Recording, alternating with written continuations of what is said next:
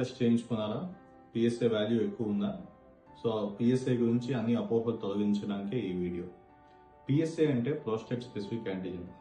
ఇప్పుడు అందరూ చాలా మంది master health checkup, executive health checkup అని చెకప్లు చేయించుకుంటున్నారు. ఈ చెకప్ల్లో క్యాన్సర్కి సంబంధించిన స్క్రీనింగ్ టెస్టులు, అందులో మగవారిలో పిఎస్ఏ అనే టెస్ట్ చేయడం జరుగుతుంది. సో ఈ పిఎస్ఏ టెస్ట్ ఏంటంటే ప్రోస్టేట్ గ్రంథిలో ఏమైనా క్యాన్సర్ ఉందా లేదా అని నిర్ధారణ చేసేటువంటి ఒక టెస్ట్ అన్నమాట. నార్మల్గా పిఎస్ఏ వాల్యూ 4 దాకా ఉంటుంది. ఇంకా బాగా చెప్పాలి అంటే 1 to 1.5 నానోగ్రామ్స్ పర్ ఎంఎల్ అంటే. ఒకవేళ 4 పైన ఉంటే ప్రోస్టేట్ క్యాన్సర్ ఉండే అవకాశం ఉంది అని అర్థం. మరి పిఎస్ఏ ఎంత ఉంటే ప్రోస్టేట్ క్యాన్సర్ ఉంది అని చెప్పొచ్చు అనే క్వశ్చన్ వస్తుంది అందరికి. సో పిఎస్ఏ బట్టి క్యాన్సర్ ఉందా లేదా అని చెప్పడానికి వీలు లేదండి.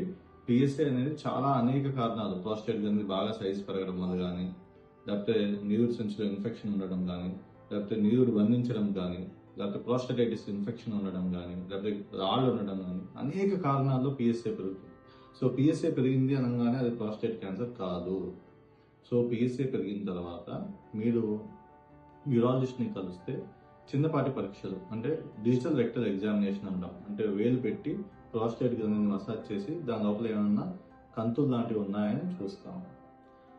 ఒక చిన్నపాటి స్కాన్, అల్ట్రాసౌండ్ అంటాము, అలాగే ట్రాన్స్ రెక్టల్ అల్ట్రాసౌండ్ అంటాము. అనుమానం ఉంటే ఇలాంటి టెస్టులు చేస్తాం.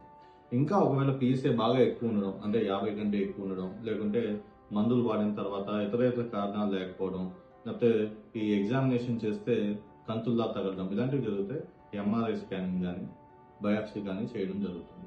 సో పిఎస్ఏ పెరిగినంత మాత్రాన ప్రోస్టేట్ క్యాన్సర్ ఉందని కంగారు పడకండి. మీరు హాయిగా మాస్టర్ హెల్త్ చెకప్లు చేయించుకోండి. దగ్గరలో ఉన్నటువంటి డాక్టర్కి ఆ టెస్టులు చూపించండి. ఒకవేళ పిఎస్ఏ పెరిగినట్లున్నా, మీకు ఏమైనా అనుమానాలు ఉన్నా, యూరిన్లో సమస్యలు ఉన్నా యూరాలజిస్ట్ని సంప్రదిస్తే మీ సమస్యలు, అనుమానాలు అన్నీ నివృత్తి చేస్తారు. మరిన్ని వీడియోల కోసం సబ్స్క్రైబ్ చేయండి. నమస్తే.